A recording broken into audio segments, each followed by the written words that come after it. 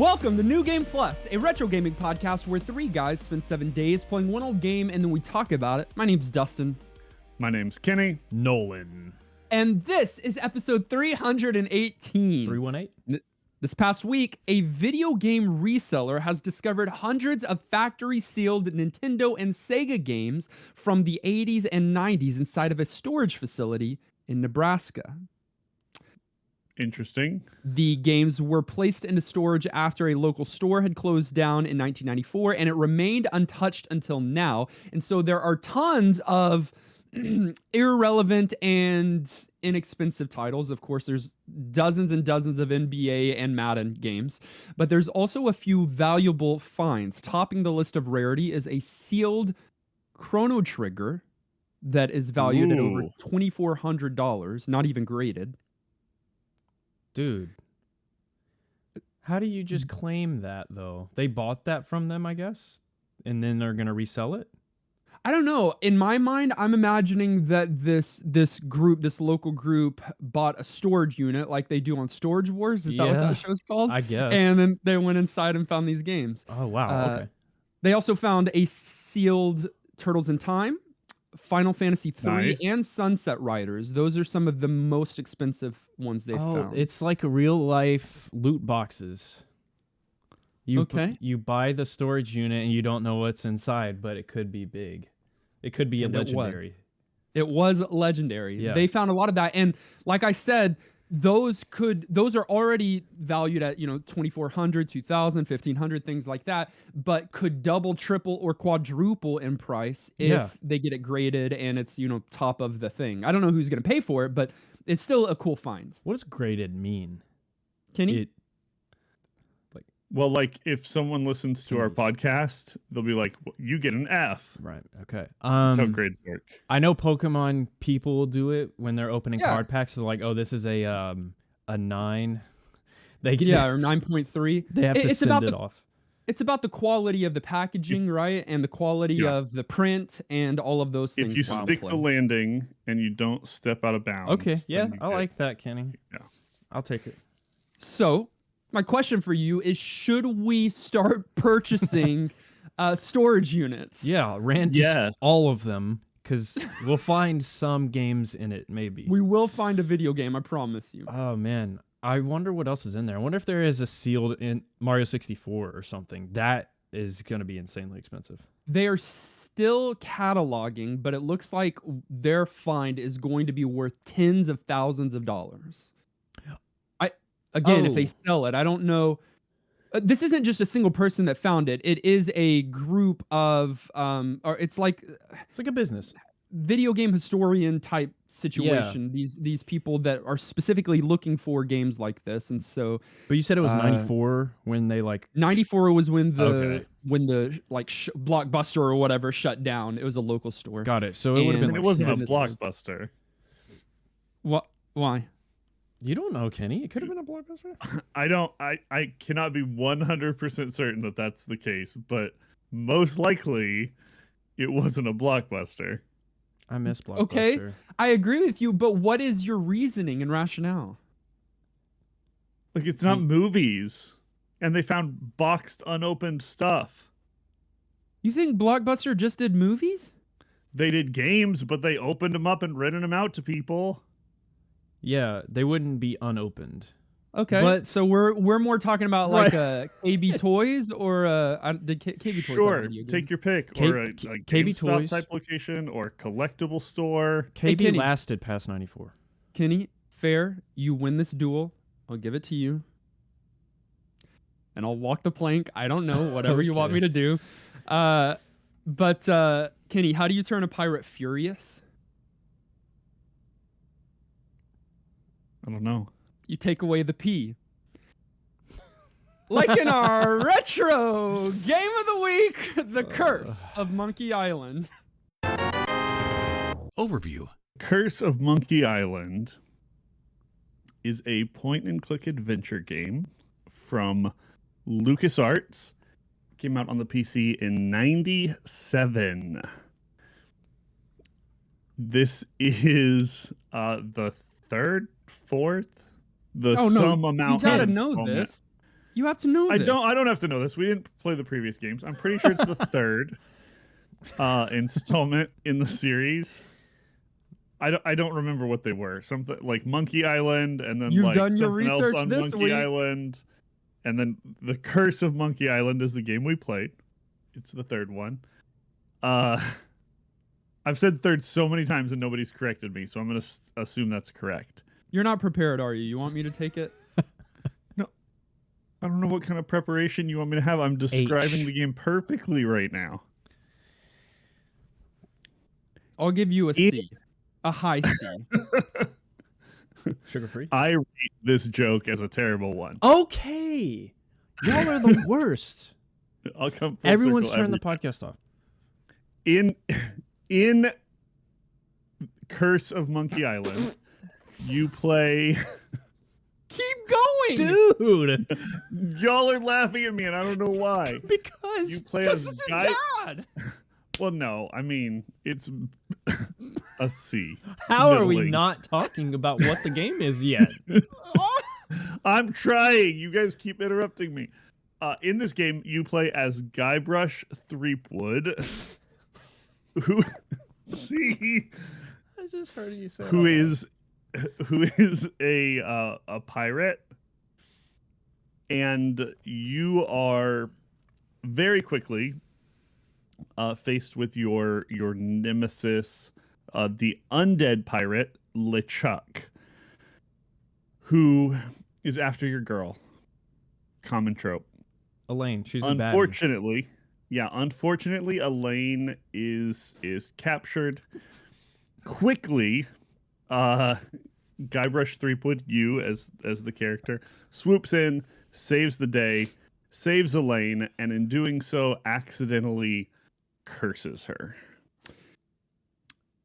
Then you've got a whole islands full of adventure, of pointing, clicking, puzzle solving, adventuring, piracy, to turn your love back into a normal girl and live happily ever after. It is very clearly the third entry in the Monkey Island series that began in 1990. That's what I said. I am, however, saying it with confidence. And I mean, I it was wasn't allowed wrong, to doubt Justin. myself. it was a game built on the Scum engine. Yeah, I have a question. SCUMM. What is your question? What's scum? Well, we should know by now because it was the engine that was developed specifically for Maniac Mansion, a game that we played earlier in the life of New Game Yeah, Plus. a lot earlier. I forgot that. This A is lot not earlier. our first Scum game. This is the... Here's where I'm going to pull a Kenny. The 10th or so, the 11th maybe, Scum game. Well, The how 11? many? Oh, yeah? Say Okay. it Now, with confidence. If he says a number or so, it's the next number.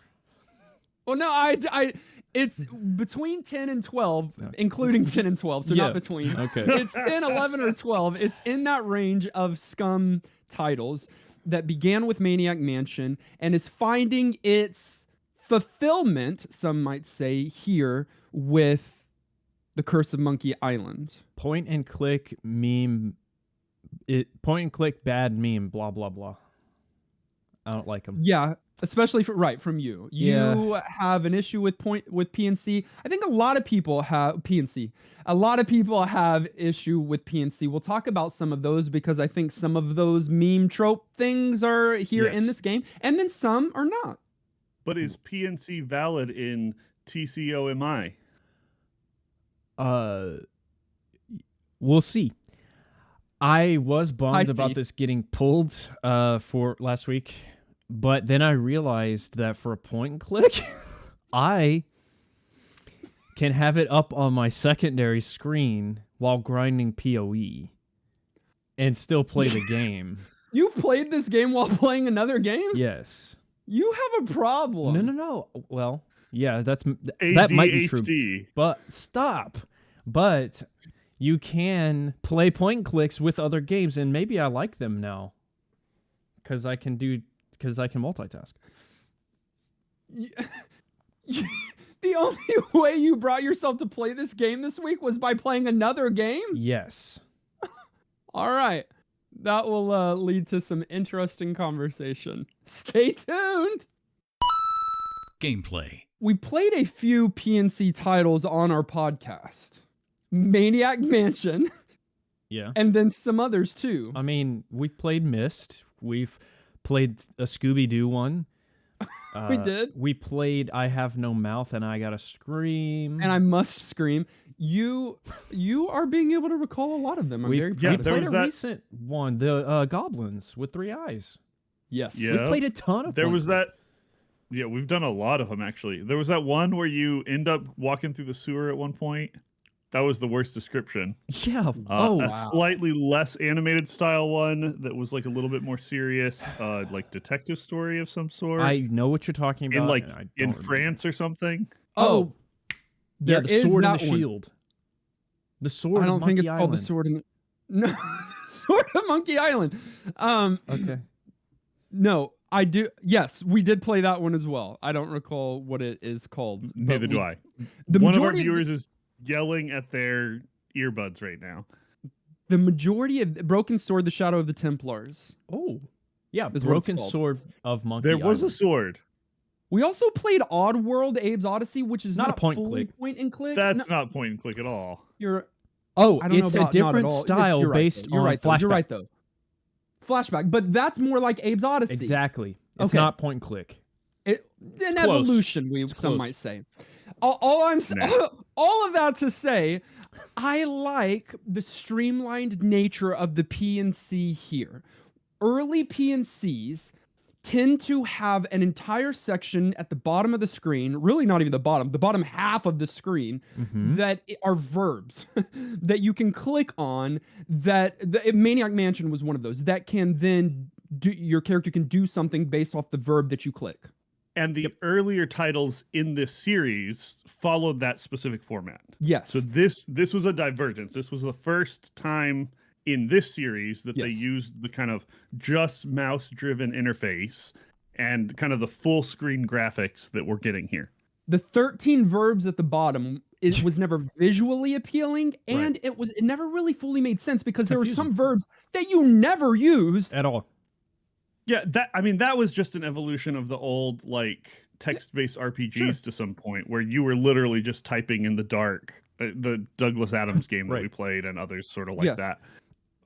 But no So it excuse makes for- sense that they went there, but we're all kind of- we're all very glad that they moved on. I think. force your way through there. No excuse for terrible design from terrible designers.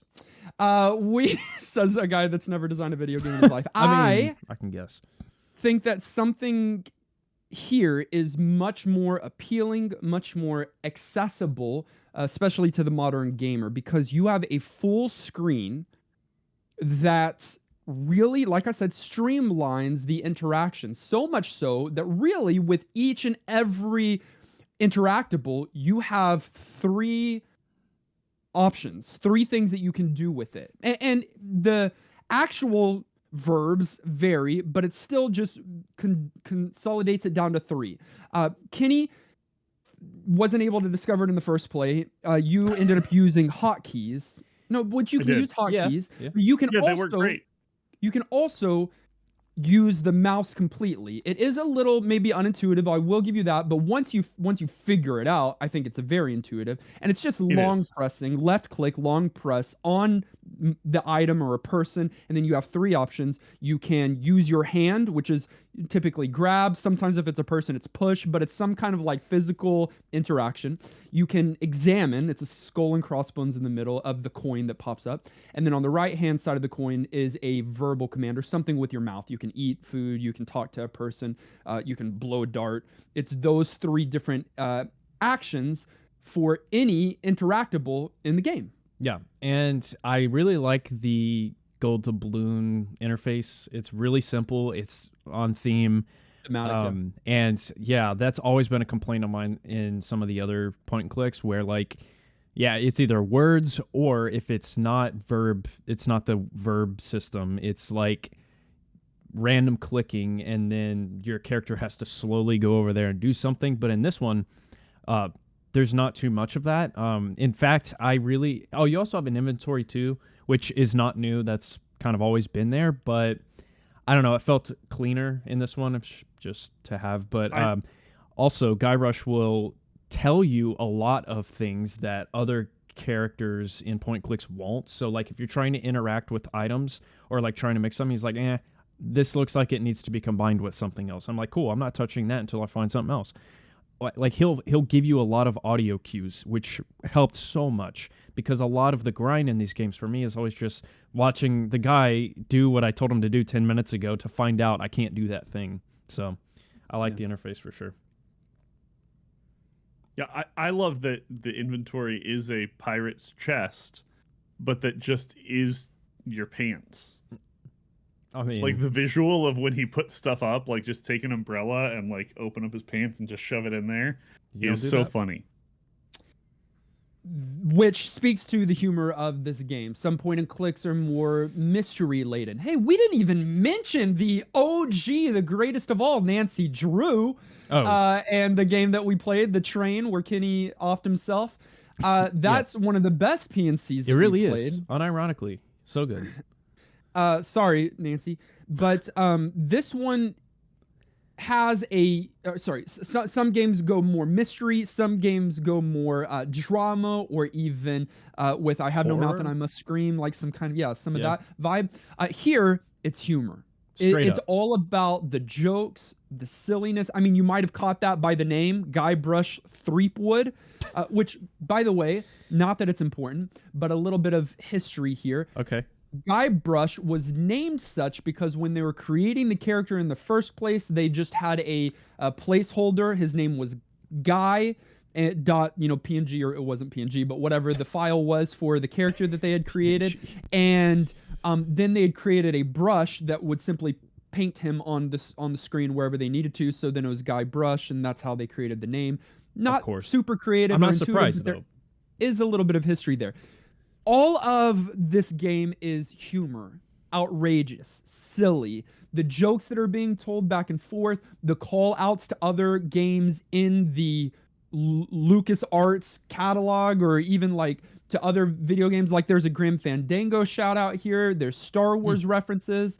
There's a lot of different humor there. And then even in the puzzle solving, there's a lot of absolutely absurd, ridiculous humor. Yeah, and that is the main draw of this game. I usually find what little enjoyment I can out of these is usually in the puzzle solving, like interesting puzzles or something that's going to make me feel like I accomplished something and or I'm rewarded for testing something. But in this one, the driving force was 100% the story / humor.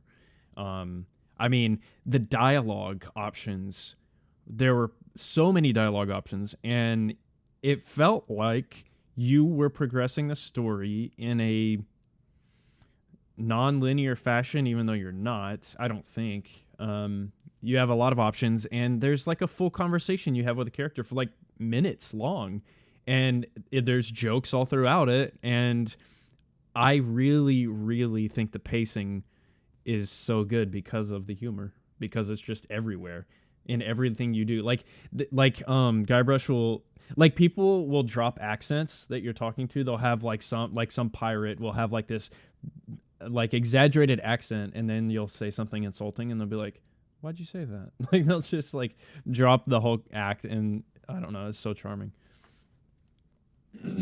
Kenny, did you find the humor? Your humor is different than most. Did you find the humor enjoyable for the most part? I don't know what that means. I've got really, really good humor. And I do. And I mean, you like Shrek, game, so this game tickled it just right. Tickled your humor? My humorous, yeah.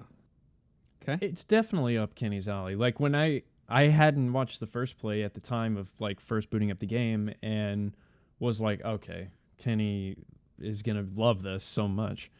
Game is hilarious. Yeah.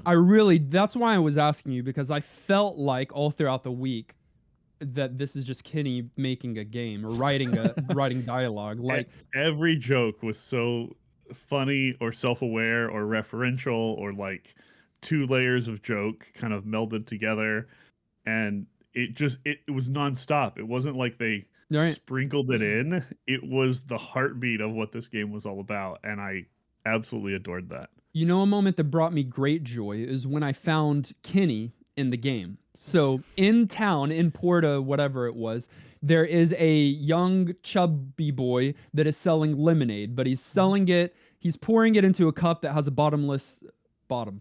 No, that has a, yeah, I guess, but has a hole in the Has bottom, no so you don't bottom, really yeah. get any of the lemonade. And his name is Kenny. His name is Kenny, and the joke, it was just fun to come across actual Kenny in the game. Doesn't look like him, unfortunately, but maybe that was younger Kenny in his Selling Lemonade Pirate lemonade? days. Yeah. Entrepreneurial. Yes, Yeah. that's what Cut out the yeah, bottom of styrofoam and cups. And sold it to You people. guys don't know, but I may be a weapons dealer these days. Well, you're Spoiler gonna alert. have the police coming to your house now. Okay, we're talking about the puzzles here, and that's a thing that is a staple when it comes to PNC titles. And it's one of the frustrations when it comes to some of these PNC titles because you have to do things that often don't quite make sense or that's not logical. That is maybe it's you can make an argument that it's logical in this game because like the whole world is nonsensical and the jokes and everything, but it's absurd. And I want to just give one example. I'm not sure if you guys got this far. It's not entirely too far, just a few hours in. But at one point, you get eaten by a snake. Of course, not dead. The snake just has a big Guybrush Threepwood shaped extension to his body, protrusion, some might say. Protrusion. To get out, I had to rummage around in the snake's stomach to retrieve a whole host of items, including pancakes, sausages, a rare Fabergé egg, and syrup. I, of course, then had to mix an ipecac flower that I had previously snipped from an ipecac bush and earlier in the game, and I had to mix that with the syrup that I had just found within the snake, and then I had to feed that ipecac syrup to the snake's head, and then he would then throw me up. None of that makes sense. None of that makes sense. However, you would eventually get there if you just tried literally everything, and there's not too many things to try there. It makes perfect sense. No. It doesn't. Some of them don't, though. I don't think you picked the worst example of this.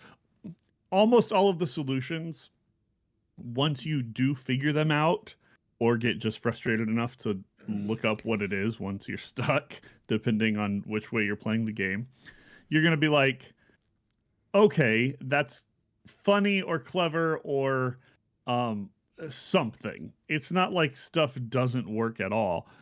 But getting there for the first time with just what the game has given you is a tall order. Well, I'll tell you why it's not as bad as other PNCs. Because you're confined to the snake's stomach. In other PNCs, you have way more to go get lost in and like backtracking to do. They cut out a lot of backtracking in this game, in my opinion. However, your inventory does get pretty full, and I don't know. That's always the problem. Yeah. I've never played a point click except for Nancy Drew, still the GOAT, where everything kind of made sense, and I wasn't like, what? Like, what? So, Yeah. I don't know. I'm in between on this one. I think for the most part, they do a good job of keeping you confined, and just if you try everything, you'll get it to work. I don't know. There were some self-contained puzzles, but I felt like there were a lot of times that I was moving from one place on an island, having to get a thing, going back somewhere else, and usually they give you some kind of big hook or thread or like overarching thing you're at least trying to accomplish. How is not always clear, and sometimes I definitely was just like, well, I'm stuck. Like I wouldn't be able to figure this out. And that's always frustrating. This is a game that I really I know that there are the fringe that could prove me wrong, but I think for the majority of people, you're not beating this game without a guide or without someone helping to walk you through it. I mean, I'm not, but I can see, especially a point and click. Well, of course, a point and click person's gonna legitimate like it. question. Okay. Legitimate question, because I don't know the answer to this. Illegitimate answer. Yeah, just make something up if you want. But 1997, so we're not talking broad adoption of the internet yet. It certainly exists. You can dial up.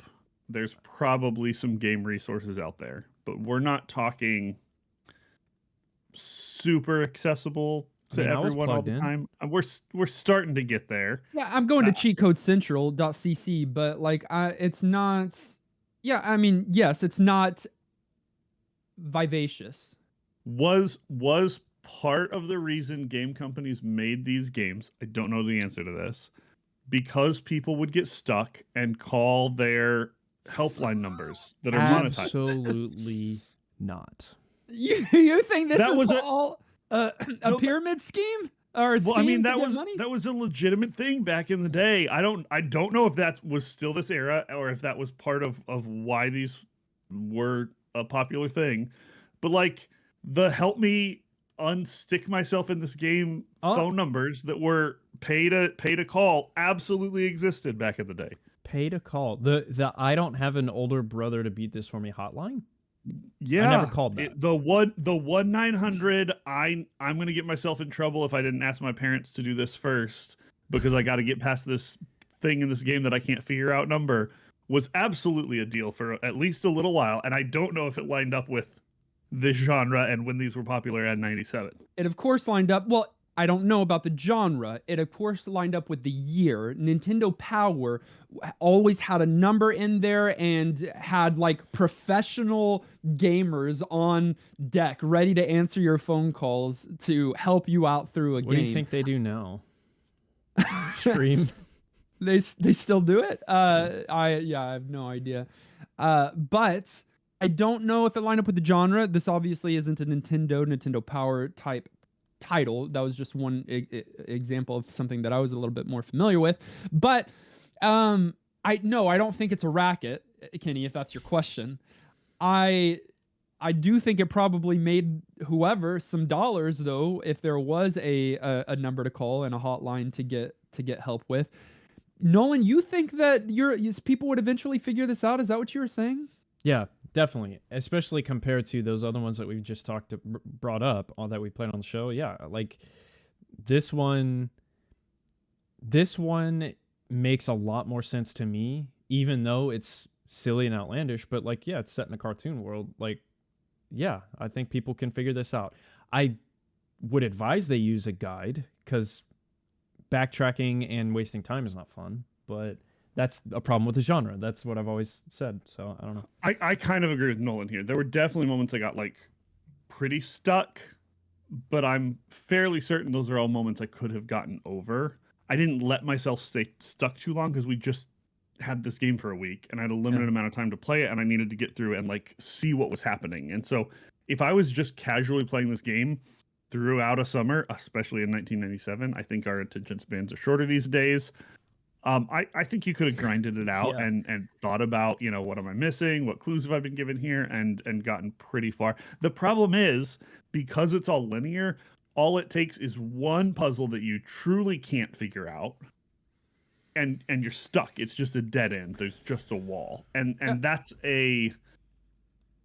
a reality of this genre that, again, we've talked about before. I don't want us to just rehash conversations we've had. We know point and click adventures have some pros and some cons, and we kind of hate some of it, but it's a reality. But I do think it's important because, like you said, you could, or like you alluded to, you could miss one tiny item on one screen, and if you don't have that item from that one screen, then when you get to a puzzle later on, you will not be able to solve it because there's one way to solve it and it's using that one item. I'm thinking about getting, I believe you get the pin from the voodoo doll at the voodoo station that you then can use later to pop a balloon or whatever. You use it for a few things or pop someone's bubble gum when they're chewing bubble gum.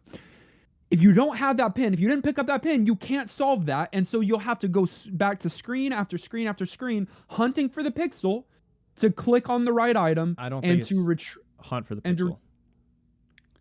You don't think it's hunt for the pixel? Not this game. No, everything was clear. And even when it wasn't, there's an indicator at the bottom of text that says there's something there to click on and try to look at or pick up or something. Right, but there are hundreds of clickable things, even in when you're thrown in the hold.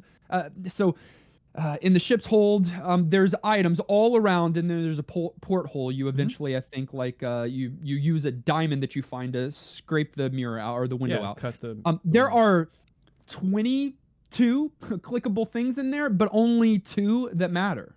So like you're hunting for the right thing. Not that you can't see it. I think that might be where we're differentiating. Oh, okay. Yeah, you're not hunting to find which things you can interact with, but you are hunting to figure out which interactables do the thing you need, or solve the puzzle, or can go in your inventory for later use. And the reason that's okay with that specific example in the hole when the ship's upside down is because the things that are wrong are jokes.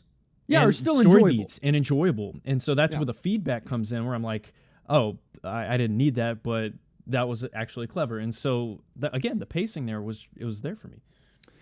I will concede, I do think maybe hunt for the pixel is not the exact thing here, because hunt for the pixel is more like you don't know what to find. Right. Here, there's just it's more so hunting for the right pixel, I guess is what I'd say, because there's a whole lot of interactables, there's a whole lot of dialogue options, but really it's fairly streamlined, and there's really only 1 or 2 items that you need here, 1 conversation point that you need to have, but there's so many different options, which makes it an enjoyable, slow-paced experience.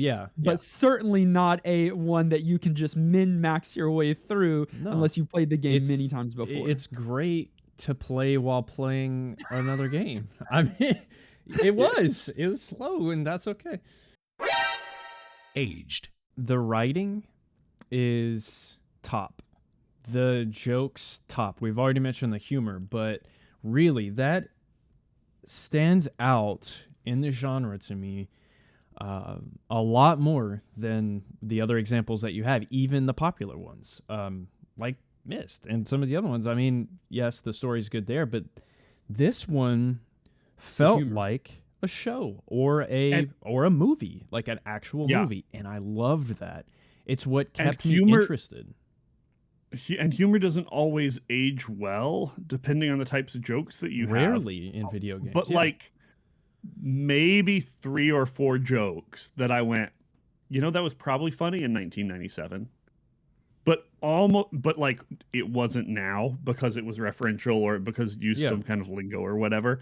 But almost every joke still delivered. It was timeless kinds of humor or tropes or I don't know. It still felt really fresh to me, even in 2022, which is hard to do. Yeah, I was smiling, giggling, and laughing because of the absurdity, but also it's not just absurd. There's smart jokes. Yeah, it's clever. Yeah, it really is. And the characters like are Wally. absurd and funny. Wally's like Wally. I love Wally. He oh, at the beginning, I thought you were talking about the alien robot. No. The you're like, I guess he's probably in previous games. They kind of alluded to that. But he has been like brainwashed by LeChuck because of a seminar he gave on being a pirate. So really smart and so good. Like I loved that. That was so good. And you can get you can ask him about like the audio. They've got it on audio book. Audio book on Parrot is what it is on Parrot. Yeah, dude, that's really funny. That's really good. Like I love it. Yeah, I think the writing it was done really well, and we've alluded to or talked about there being dialogue options. You know what we haven't mentioned? Nope. That all of it is voice acted. Well. Everything. Like again, expertly. Again, someone who's professionally done movies or animated series or something like that good. Yeah. Like I don't know if they have. I'm just saying. Honestly, and maybe I'm getting ahead of myself. Just put this into a cartoon. We don't have to point and click. Just put it into a cartoon and we'd watch it. I mean, it already is. It is a we're cartoon. kind of getting into that too. Like the graphics, dude. It's just it's straight up an animated cartoon from the 90s. Well, we didn't talk about how many cutscenes there are here. And not enough to disrupt the pace of the game. You're still going through and you're puzzling all the time and you're doing these things and you're having pirate adventures and even fighting other pirates and some kind of non-typical things that aren't always in the genre. It's not all just puzzles. But then you get these little story beats in between that are just like really, really well done. You literally said I'd watch the cartoon, and you're kind of stealing my thunder, because that was sort of my like overall thoughts here. Sometimes we're like, they need to remake the game. I don't want this game to be remade. I want this world and universe and characters to be adapted, almost like I don't know, like by Nickelodeon or somebody who knows what they're doing, as an animated series that's still just funny. And I would watch the snot out of it. Does it not exist? I'd be surprised if they hadn't already done that. I don't think it does, which is unfortunate, because my favorite parts of the game were the cutscenes. Even the whole opening cinematic thing where great. Was so good. By the way, he's in a bumper car because I think the last game was a carnival. Okay, so I was wondering. But he's saying, if I could just get some water, as in the foreground, a bottle of water comes by, on. and he's like, I could just ask for something random, like a chicken on a bottle of beer. Dude. I don't know, and it comes by.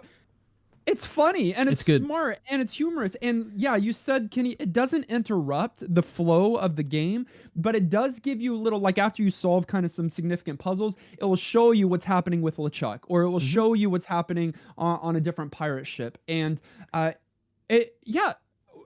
think this genre, a lot of people can get the same amount of enjoyment by just watching someone play through of it, because that's giving the cartoon experience without you having to get stuck with the puzzles that for some people might be frustrating. Because I do think one of the frustrating things here is that it is so slow compared to many games today. For the modern gamer, we do not have that kind of attention span, and this is slow. It didn't bother. I mean, you don't, Nolan. You're playing two games, right? Yeah. So like, Exactly. You're multitasking, dual wielding, some might say, and I think that like the walking speed is unbearably slow. When you can always like that. I don't know, They man. always have done that. The nice thing is that they have an overworld map, so you can like quickly navigate between locations. But when you're in the city or when you're on the beach, it is a slow walk to get to wherever you're going, and you can't speed that up. Yeah. They could have just like doubled the speed of this entire game, and it still would have been bearable. You know, like don't speed up the dialogue, but just literally crank that setting. You know, like double your animation, just double it. And it was a little slow for sure. I think pacing was a bit of a problem, or speed, not pacing. The genre, this like the other games also have really harsh sound design. I don't know why, but I've noticed that across a lot of those games where like it's silent for a long period, and then you'll like touch something and it'll like clank really loud or something, and like peak, like the audio will peak or something. And I think this game had really good sound design, like even subtle things like cocking a gun or something. Like all of those things felt fluid, and you did have nice music to listen to along the way too. So like the audio here is also stand out to me when comparing it to some of the other games. Yeah, a lot of that is hardware issues, depending where we are in this time frame. This one is now CD-ROM for the first time in this series. And so room to actually put in the vocals, room to put in the bigger, nicer, more fleshed out background songs, you know, room to have all the sound effects and what have you. And that wasn't always the case, but it absolutely shows for how immersive you can be and how quality and polished the thing feels. Without that, it would be really lacking. And I agree. The music here was good.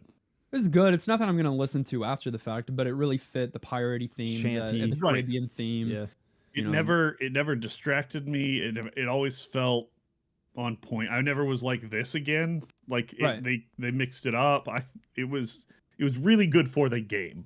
I do think the audio shines most in the voice acting. You've got the same voice actors that did the previous games coming back, which is great, always great.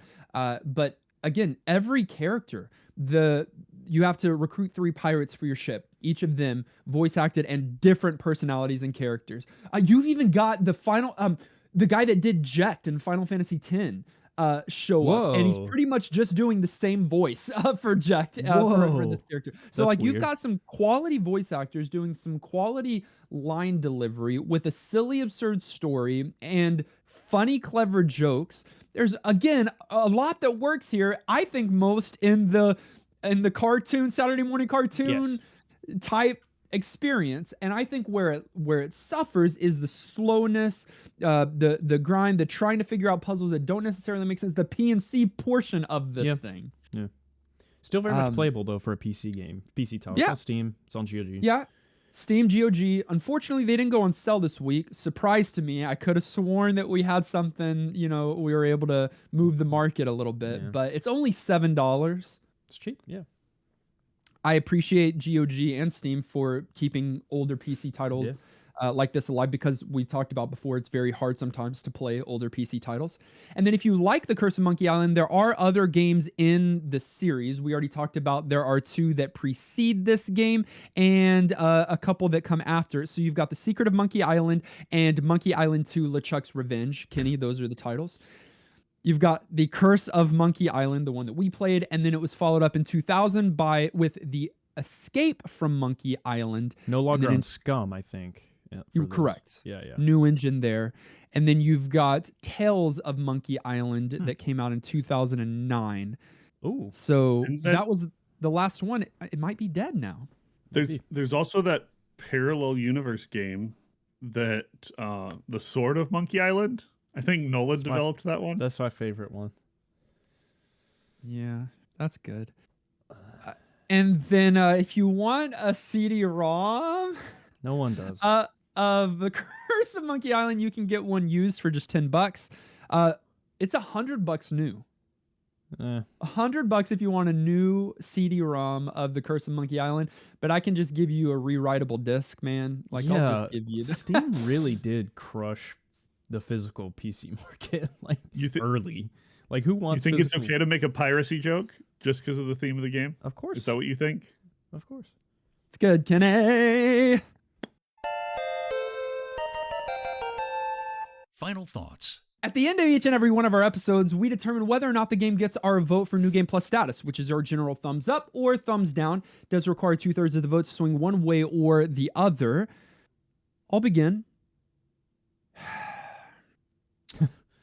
The Curse of Monkey Island, I mean, we kind of just shared our feelings and thoughts throughout, is a fun experience, but wrapped in a type of genre that is just so difficult for modern gamers to go back to and play, generally speaking. I'm guessing, but I think that's correct. It's just for a slower paced, easier living audience, and for our dumb minds today that need a new TikTok video every 8 seconds. Yeah. Games like this are difficult to play, to slow down and to play.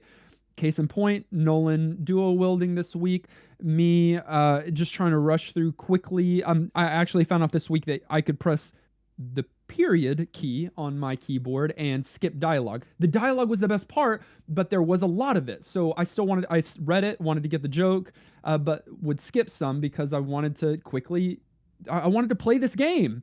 And it just takes a while to play. However, I do think it is probably other than Nancy Drew, one of the best point-and-click games we played, and probably one of the best PNC offerings out there. Haven't played them all, of course, but if you're a point-and-click fan, this is going to be among the greats because of the humor alone, the graphic design alone, the vocal work alone. I guess not alone because I just named 3 things, so together. But so I'm going to give it my vote because I do think that everyone should know about it. Everyone should play it. Not everyone is going to like the genre, but I think that you can still find worth in the game because the game is quality. But the genre is a rough sell. So I'm going to say yes, but that's a hesitant yes there. But not because of the game, because of the genre, if that makes any sense. Nolan. This gets New Game Plus. I hate this genre. I mean, Yeah, you do. I hate it for all the reasons that Dustin mentioned. It's too slow. I played another game while playing it, but this one, So really, you like PoE? I love Path of Exile and Lost Ark, but this game is so high quality that I can't not give it New Game Plus because I genuinely enjoyed the majority of my time with it, because the story is fun, engaging, like actually funny in 2022, and like self-aware. It's got everything on wrapped in, like Dustin said, a terrible genre, or a genre that kind of died. But like, even those I can forgive because they didn't lean too hard on some of the previous mechanics and expectations of other point and clicks. Like, yes, there's some backtracking. Yes, there's slow travel time, but it's still very doable, especially if you want to pull up a guide. And I think it's worth the grind. Like the grindy parts, I think it's worth it because it was so good, and quality and voice acting and everything. I really liked this game. I like it as much, maybe a little more than Nancy Drew. I think though I finally have some games that I can compare to when I'm making fun of other point click games. I can be like, man, they should have done what Curse of Monkey Island did, or man, Nancy Drew did this better. So yeah, New Game Plus for sure. All right. That means that it is, but Kenny, what do you have to say? Yeah, I assumed that this game was going to get one solitary vote for New Game Plus, and that's it. And it was going to come from me. Yeah. I'm not shocked that I'm wrong, because I think we literally all land in exactly the same place. Yeah. I could just say what you guys said again, but that's pointless. And make it a TV show. Clickless. Yes, everybody should be aware of it. Like, go check it out. But you may not even want to like puzzle through it yourself. You may want to use a guide, because yeah, it's the experience of this game that's what sells it, not necessarily the puzzling. That it's clever and kind of humorous on its own, but not rewarding on its own. Nevertheless, this is such a good game that even though none of us like it, we think that everybody should play it or watch somebody play it, or what, take your pick on how you deal with this genre. Or if you like point and clicks, like, go hard at it. But it's a really, really, really well crafted game. And so I think we just have to. Like, it's excellent. So we unanimously say, hey, let's chuck it out. Let's chuck it out, fam. The Curse of Monkey Island is New Game Plus certified. But what did you think? We had 454 votes on YouTube. An overwhelming 53% said yes, it's worth playing today. 8% said no. And Haters. 39% said they've never played it before. Fair. So I was in the last category. that's a firm yes. You're no longer there, though. Nope. Many of you wrote in. I will only be able to include a few of your thoughts here. Lyrica said, Monkey Island is a series that holds a special place for me. I grew up playing the old Scum games. This game suffers from the same things other games in the genre suffer from: solutions that do not always make sense and pixel searching. The writing is as phenomenal as always, with jokes that hit even better today with Disney owning LucasArts and the series, and as always, the odd Star Wars reference. The art, with the exception of being low resolution, looks beautiful and holds up well. My biggest complaint are having to sit through the long walks and the long drag of building up your repertoire of insults. It was especially fun finding my old friend Stan and seeing what scam of his I could scam him out of, and figuring out how to go about killing Guybrush, another series staple. Overall, I had a lot of fun and enjoyed 5 of the 5.1 hours, according to Steam, that I put into the game. I only had to look at a guide a few times. While I hope the game does get NGP, I understand if it doesn't. The genre is not for everyone. It's not Hunt for the Pixel. Total agree though on the insult dueling lasting too long. That part they kind of beat the horse there a little bit. No, I enjoyed it. I did love the duel with one of your pirates to get him on board. You could pick from the guns, or you could close one of the cases, and there's a like a guitar behind it, or a ukulele, or banjo, and then you have a banjo duel. And while he's strumming his banjo, you pull out a gun and shoot the banjo. All right. Anyways, Jay said this game may suffer from mostly the same flaws as any other games in the genre, where most of the time the solution of the puzzle barely makes sense, to the point that when they actually make sense, you actually get surprised by it, while also getting a good laugh. The humor still hits the mark today, and Guybrush's intelligent idiocy and his solutions that doesn't make sense half the time turns the flaws of regular PNCs into well thought out visual jokes. The music is exactly what I would expect to hear on a beach in the Caribbean, and the art style was truly a good step forward visually. If you are not used to PNC, I would still recommend to play it at the very least with a guide. It will still be a very entertaining experience. What did we say in the past that PNC evolved into? I feel like we mentioned. I think we've said stuff and then always been reamed by our community because they're like, PNC still exists. Oh, I don't care. I think you've said phone games or something, or graphic I don't know. Graphic novels. That's what I think. Graphic novels. Clint said the humor of Monkey Island and its puzzle solving works so well together, and often when you discover the solution to a puzzle, the following situation you find yourself in is so absolutely bewildering and silly that, for me at least, laughter is inevitable. The game itself certainly stumbles across the hunt the pixel challenges that often plague the genre, and the world is so lovingly drawn that it's often quite hard to tell what items are important and which ones are secondary. I'm not sure that I would say it's necessary to go back and play this game given its gameplay hurdles, but if you do, there are utilities available like the us/hints.com, UHS, Universal Hints system, which can assist you if you get stuck without giving solutions away completely. Even if you don't play it, the humor here is top tier and should be experienced through a let's play of some kind. That's what those hotline guys Kenny was talking about. That's what they do now. They built that They website. do now create those guides. Yeah. Those guides are super nice because like it will give you a hint like have you thought about asking this kind of question, and then you can click that and it will give a further hint. It will give a further hint until if you click enough, it will give you the solution, but it kind of just points you in the right direction. Super nice.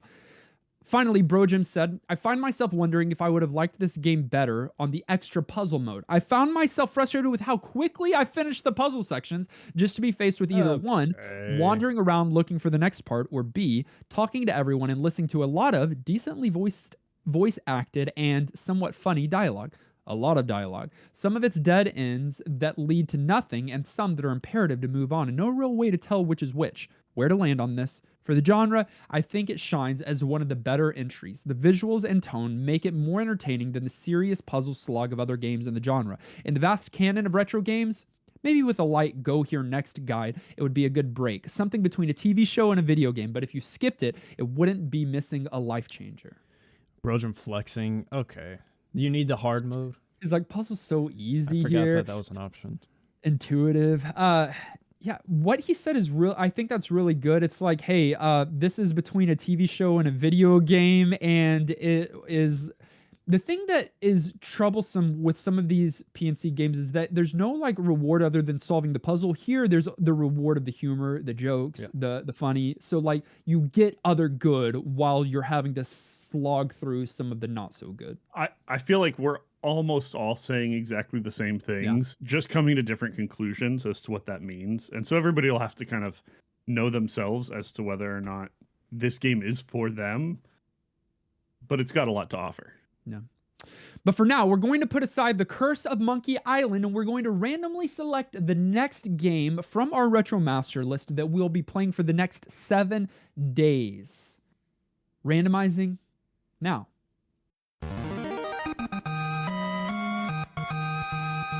Would y'all like to stay on the PC this week? Not really. I would. I always get hyped when we stay on PC. Would you like to go to the year 1999? Sure, but not PC. Kenny, would you like to play a I don't know, a real-time strategy game? I hope I he's trolling usually us. None of would. those things. It's a game developed by Bullfrog Productions and published by Electronic Arts, EA. Stinker. It is the sequel, second game in the series, where the player takes the role of a dungeon keeper, building and defending an underground dungeon from the would-be heroes that invade it. We are this week playing Dungeon Keeper 2. I'm not. No, you for sure are. You can play it while you play PoE. I think this was a relatively popular series. I've heard of it. I haven't ever played it, but I've heard of it. Well, PC again. When it released, it received positive reviews. So will it's we be able available. To play it though? It's available on GOG Okay. and Origin. All right. So it's on is Origin. playable. We'll probably go on sale this week, although we broke our streak from this last game. So join us, especially Kenny. I wish you were doing the first play because this is you. Yeah. This is me. Isn't this you? We haven't had a you in a long time. I yeah, feel it's like. been a No, while. we haven't. Like All a right. exclusively Kenny game. I'm really excited for that for you, Kenny, because I know I want to watch you play it this week. I'll stream it for you some. Yeah, I was gonna say. Kenny, will you though? I will think about streaming it for you some. We'll text you. I intend to think about maybe considering streaming it for you some. We'll text you, and 3 days later, you can text us back and say, No. no. Find a copy of Dungeon Keeper 2, play it along with us this week. Join us in Discord. We are still at 999 people. One more person is all it takes, folks. Join Discord. Go to discord.gg/newgameplus and take part in our community. You can be the one. We may not have grown in our Discord community this week, but we did grow in our number of supporters on patreon.com, which means we got to say a big old thank you, if you will, a rose, to give, for those who aren't watching, Nolan's holding roses for some reason. It's not true. To the following people. Fake news. Alessandro the 8th, Will Wright, and Yes? our newest producer level supporter, Bob Barker. The one and only. Bob Barker? Not sure if it's the real one, It but is. I'm gonna imagine it is, just like I imagine Macaulay Culkin loves our show and listens ever since the episode on that one game he likes. Still does. Big thank you to our director level supporters who go way, way, way, way above and beyond. Bro Jim, Garlisle, Clint, and Chris. And a huge thank you as well to our large group of producers, including Marley, Antonin, Astrosol, Ben, Brunt, Carrie, Captain Protein, Dan, DB Muppet, Francesca, Gimbin, Joey, Jordan, Justin, Knickknack, Corey, Maxima, Mr. Lattes, Nawal, Sagen, Evermore, Shauna, Thomas, Unbedavable, William, Zachary, and Zion.